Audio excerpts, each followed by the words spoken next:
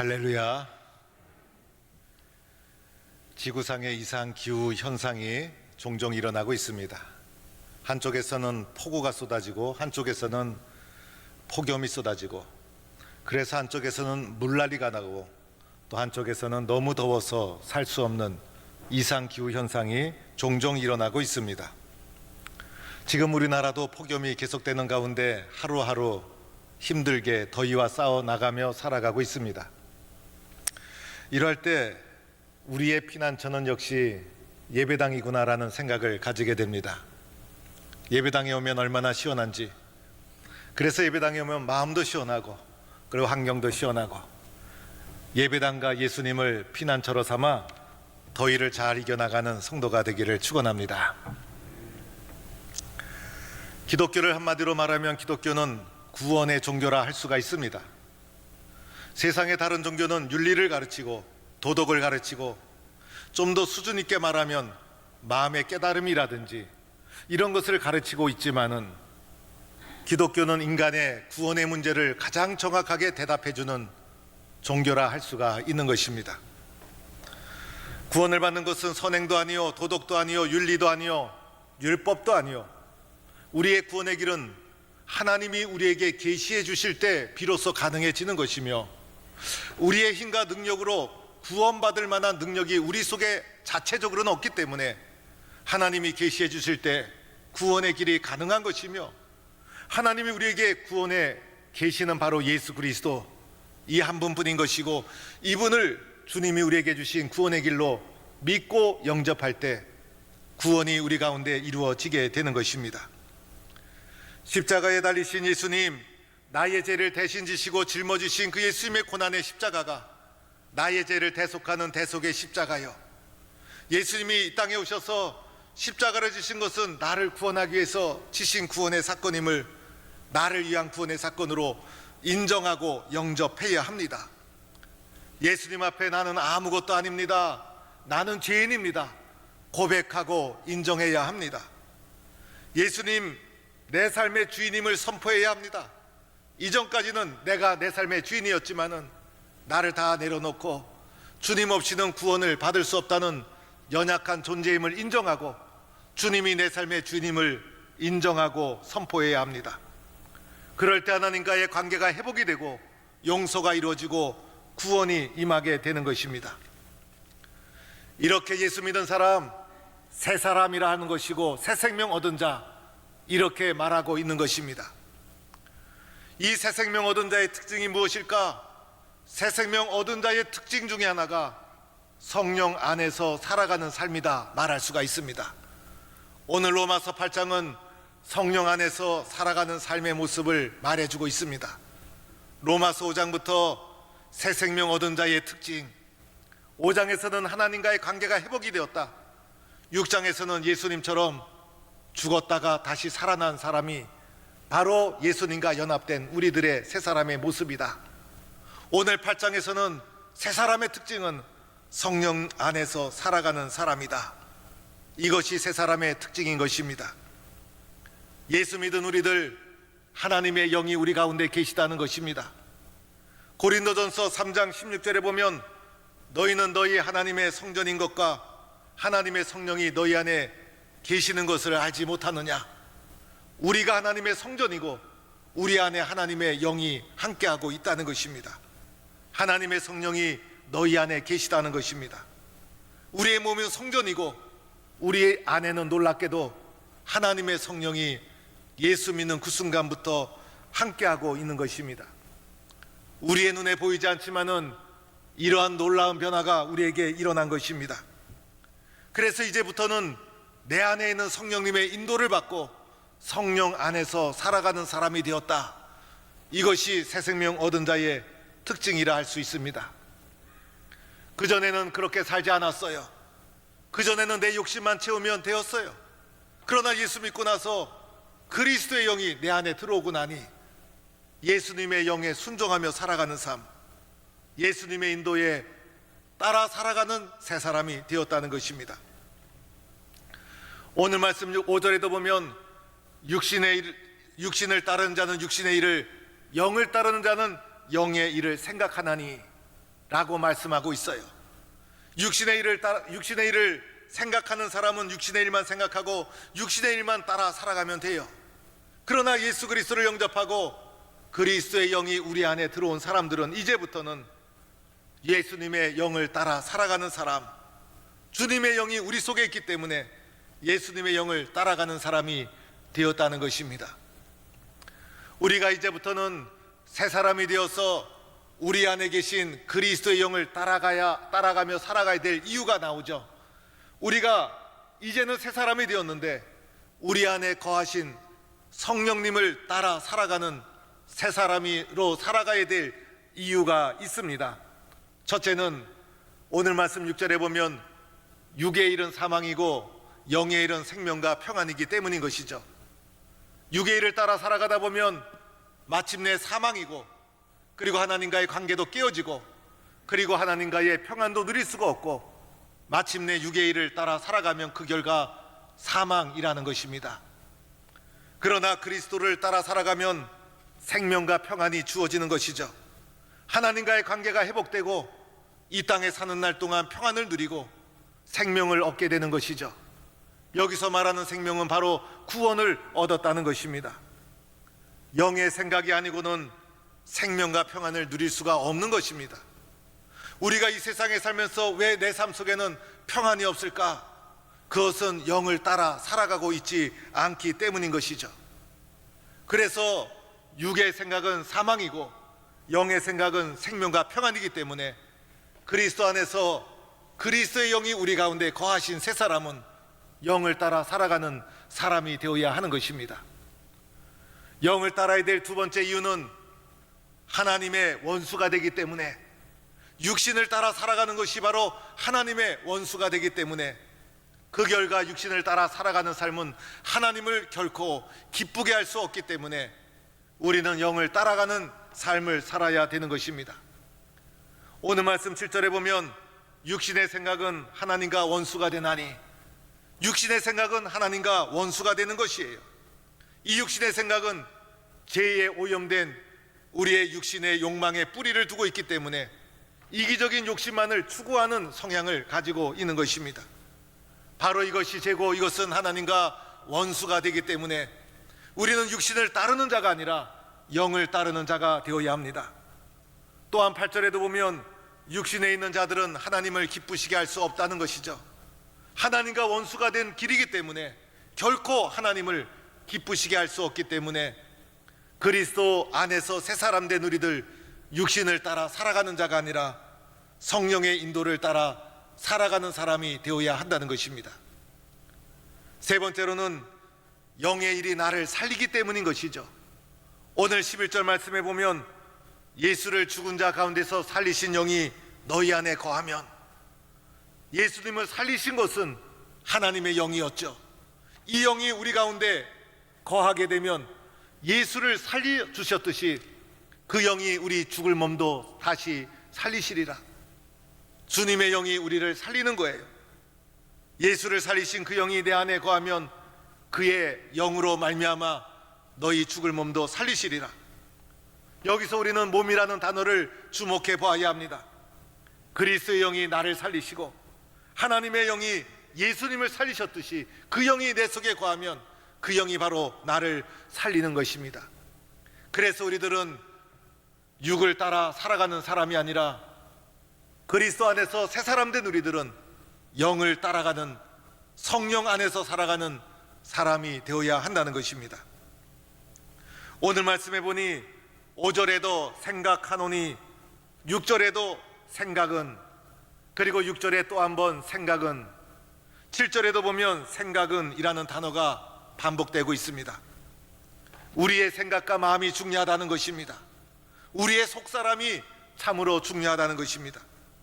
우리 모든 사람은 생각한 대로 살아가는 것이고, 그리고 생각의 수준이 자신의 인생을 결정하게 됩니다. 나의 생각을 넘어서 생각은 작은데 인생이 커지는 경우는 없어요. 생각을 키워야 인생이 커지는 것이에요. 생각한 대로 인생을 살아가게 되는 것이고, 우리 속에서 생각하고 마음에 품은 것이 행동으로, 삶으로 드러나게 되는 것이고, 이것이 우리의 인생으로 되어지는 것입니다. 그래서 우리에게 중요한 것은 생각을 잘하는 것, 내 속에 있는 생각과 마음이 우리의 인생을 결정하게 되더라는 것입니다. 그래서 오늘 말씀에도 너희 생각은, 내 생각은, 영의 생각은, 육의 생각은 계속해서 반복적으로 우리의 생각을 거론하고 있는 것입니다. 예수님을 영접하고 나니 우리의 생각의 변화가 일어났어요. 예수님을 영접하기 전에는 육의 생각을 가지고 살아가면 되었어요. 그런데 예수님을 영접하고 나니 우리 속에 영의 생각이 들어오게 된 것입니다.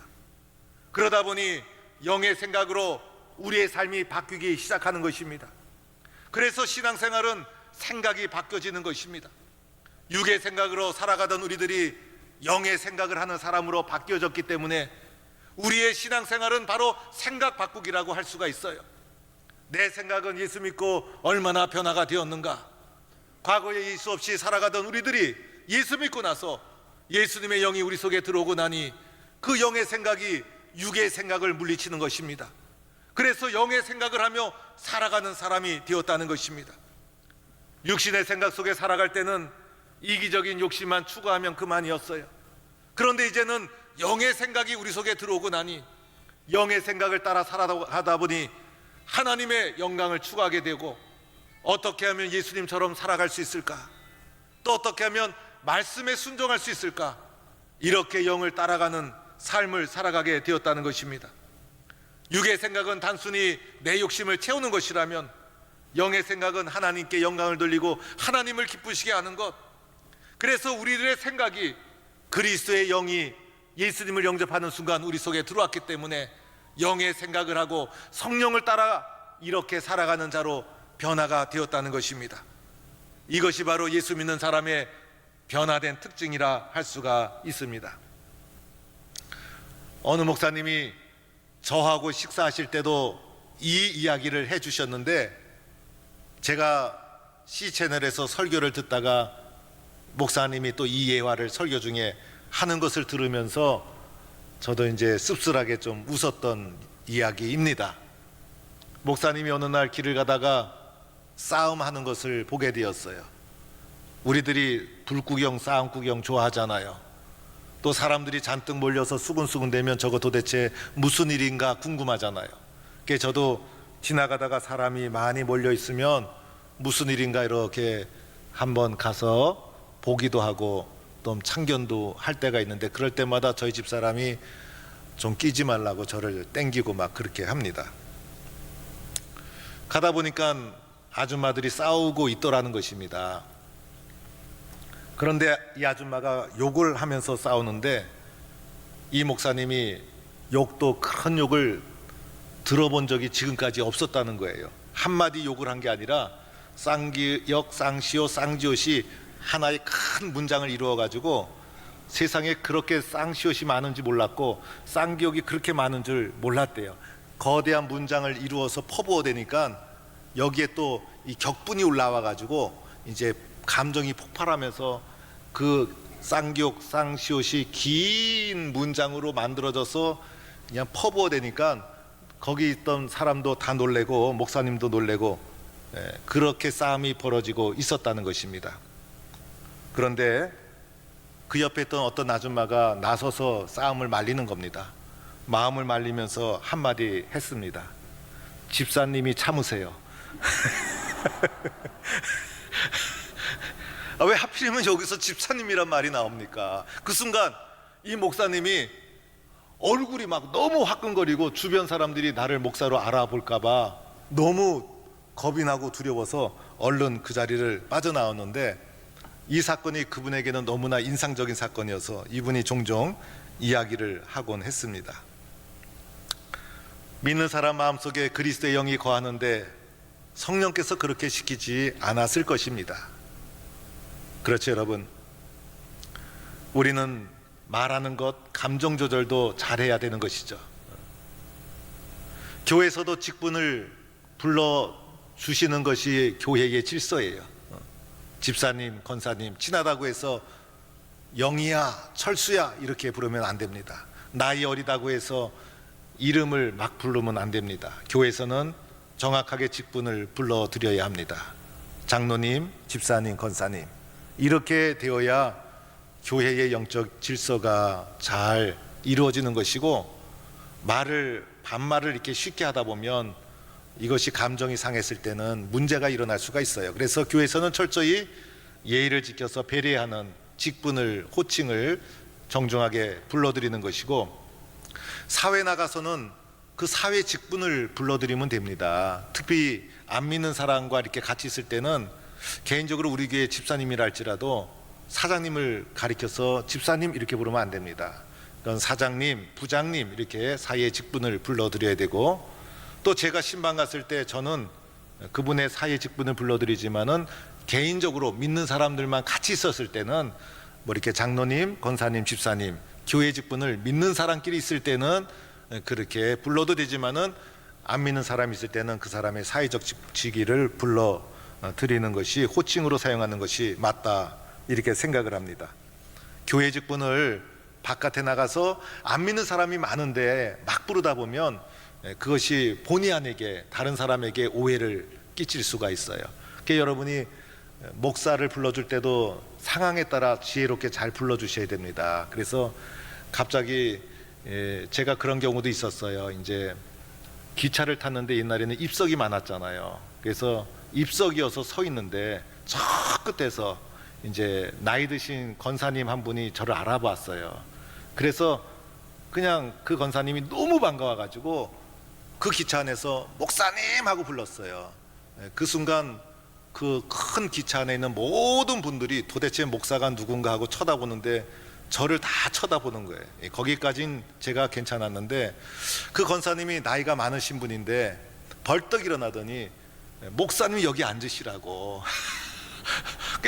저는 젊은데 연세 많으신 권사님이 저를 땡기면서 앉으라 그러니 제가 여기 앉으면 제가 큰일 날 것 같아요. 왜냐하면 쳐다보는 분들이 젊은 목사가 나이 드신 어른들 자리를 빼앗았다고 보지 않겠습니까? 그래서 다른 분들과 같이 있을 때 저보다 연세 많으신 분은 그냥 앉아 계세요. 저보고 자리 양보하지 마시고. 그래서 교회 직분도 때와 장소를 가리고 잘 불러야 되겠다라는 그런 생각을 하게 됩니다. 저는 이 목사님이 목격한 이 욕하는 집사님은 아마 교회 다니는 집사님이 아니라 이단 다니는 그런 분이라고 생각을 합니다. 오늘 말씀해 보면 9절에도 너희 속에, 10절에도 너희 안에, 11절에도 너희 안에, 계속해서 너희 안에, 예수님을 영접하고 나면 내 속사람이 바뀌었는데, 내 속에 그리스도의 영이 거하게 되었는데, 내 생각 속에, 내 마음 속에 그리스도의 영이 함께하고 있는데, 그리스도의 영이 내 속에 함께한다면 오늘 말씀은 육의 일이든 영의 일이든 둘 중에 어떤 길을 택하겠는가를 물어보는 것이 아니에요. 우리 속에 주의 영이 함께하고 있는데 우리들은 선택의 여지가 없다는 것입니다. 우리들은 절대로 육신을 따라 살아갈 수가 없다는 것입니다. 내가 예수를 믿고 있다면 내 안에 성령님이 계신 줄로 믿고 영의 인도에 민감하게 순종하고 반응해서 성령 안에서 성령님의 인도에 순종하며 살아가는 삶, 이것이 새 사람 된 우리들의 모습이어야 한다는 것입니다. 이런 삶을 살아가는 성도가 될 수 있기를 축원합니다. 우리가 이런 삶을 살아갈 때 성령께서 하시는 것이 있어요. 오늘 26절 말씀, 우리의 연약함을 도와주신다는 것입니다. 우리가 얼마나 연약합니까? 우리의 육신이 강건하다 할지라도 들의 풀과 같고 꽃과 같은 것이 우리의 육신이고, 우리의 마음이 강건하다 할지라도 우리의 마음처럼 연약한 마음이 어디에 있습니까? 우리의 의지가 강하다고 할지라도 우리의 정신과 의지도 한계가 있는 거예요. 우리는 연약해서 아무것도 할 수 없는 존재라고 할 수가 있어요. 그렇다고 해서 우리들은 나는 연약해서 아무것도 할 수 없습니다, 나는 연약해서 아무것도 못합니다라고 생각해서는 안 된다는 것입니다. 우리의 연약함을 아시는 성령님께서 우리를 도와주십니다. 성령님께서 우리를 도와주실 때 오늘 말씀의 내용은 먼저 도와주신다는 거예요. 내가 도와주세요라고 말하기도 전에 우리 안에 계신 성령님께서 먼저 나를 도와주시고, 오늘 말씀에 보면 말할 수 없는 탄식으로 나를 위하여 간구하고 있는 것입니다. 우리는 어린아이와 같아서 내가 무엇을 구해야 될지 알지 못할 때가 있어요. 그러나 성령님께서 하나님의 뜻대로 순종할 수 있도록 나를 위하여 탄식하는 마음으로 기도해 주시고 나의 연약함을 아시고 성령께서 도와주시고 내가 성령님께 순종하는 그 순간 성령님께서 나의 연약함을 붙잡아 주시고 강구해 주시고 도와주시는 역사가 일어나는 것입니다. 그래서 결국은 하나님을 사랑하는 자 곧 그의 뜻대로 부르심을 입은 자들에게는 모든 것이 합력하여 선을 이루느니라. 하나님의 선한 열매를 맺고 하나님의 선한 영향력을 끼치는 하나님의 사람으로 살아가게 되는 것입니다. 이러한 선한 영향력, 선한 열매를 성령의 도우심 안에 맺으며 살아가는 동부의 성도가 되기를 축원합니다. 이번에 올림픽이 진행되었는데 올림픽 종목을 보니 33개 종목에 33개 종목이면 금메달이 33개여야 되는데 종목은 33개인데 금메달 숫자는 324개가 되더라고요. 각 종목마다 그 아래 또 세부 종목이 막 있는 것이죠. 육상이란 종목에 또 100m, 200m, 마라톤 여러 종목이 있으니까 금메달 숫자는 324개가 되어집니다. 올림픽을 보니까요, 아무리 잘하는 선수도 아무리 탁월한 선수도 자기 종목에만 출전을 하지 달리기 출전했다가 축구 출전하고 축구했다가 농구 출전하고 그런 사람은 찾아볼 수도 없고 그런 일은 일어나지도 않습니다.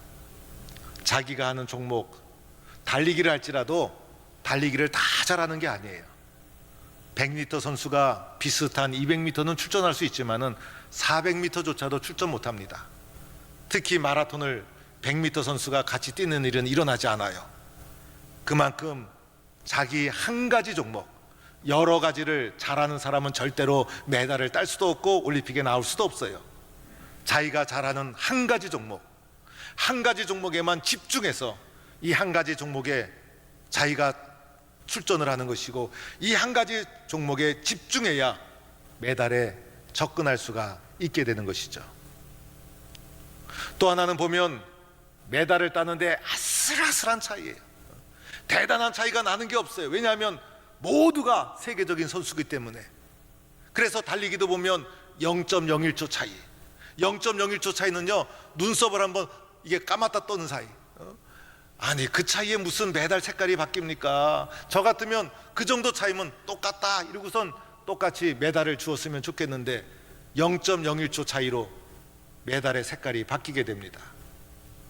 양궁을 쏘는데 보니까 마지막에 점수가 똑같더라도 마지막 그 한 발이 탁 날아가서 그 마지막 10점의 그 선이 있지 않습니까? 그 10점 선에 10점석으로 길어지면 10점이고 마지막 쐈는데 선에 맞았는데 그 선에서 9점 쪽으로 기울어진 화살은 9점이고 그래서 그 선 하나 차이, 선 하나 차이, 선 하나 차이, 요 앞에 있는 것을 제 손으로 바늘로 찍어도 그 정도 차이 날 거예요.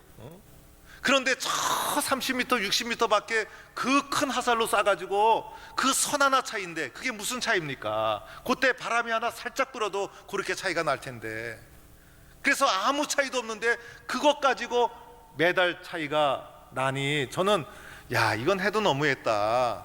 저거는 다 똑같은 메달 딱 주었으면 좋겠구만. 어쩌면 그런 차이로 저렇게 색깔이 바뀌게 될까. 유도 경기도 보면요 세계적인 선수들 다 실력이 비슷해요. 그런데 보니까 하다가 비틀을 한 번 거리면 그게 지는 거예요. 세상에 나는 걸어가다가도 계단 올라가다 어떨 때는 비틀 하는데 그럼 지는 거예요. 그 조그만 차이가 승부를 결정하게 되더라고요. 그런데 이 작은 차이가 큰 차이를 결정하게 돼요.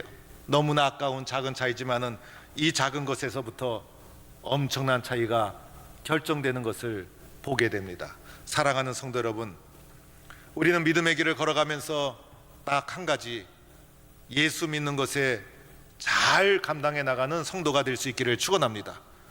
작은 것에서 큰 것이 결정되는 것을 알고 작은 것에서부터 성령의 인도에 순종하고 작은 것에서부터 그리스도의 영의 인도를 받으며 살아가는 것입니다. 그리하여 우리 동부의 모든 성도는 믿음의 경주에서 금메달을 따는 성도들, 믿음의 경주에서 금메달을 목에 거는 우리 동부의 모든 성도가 되기를 주의 이름으로 간절히 축원합니다.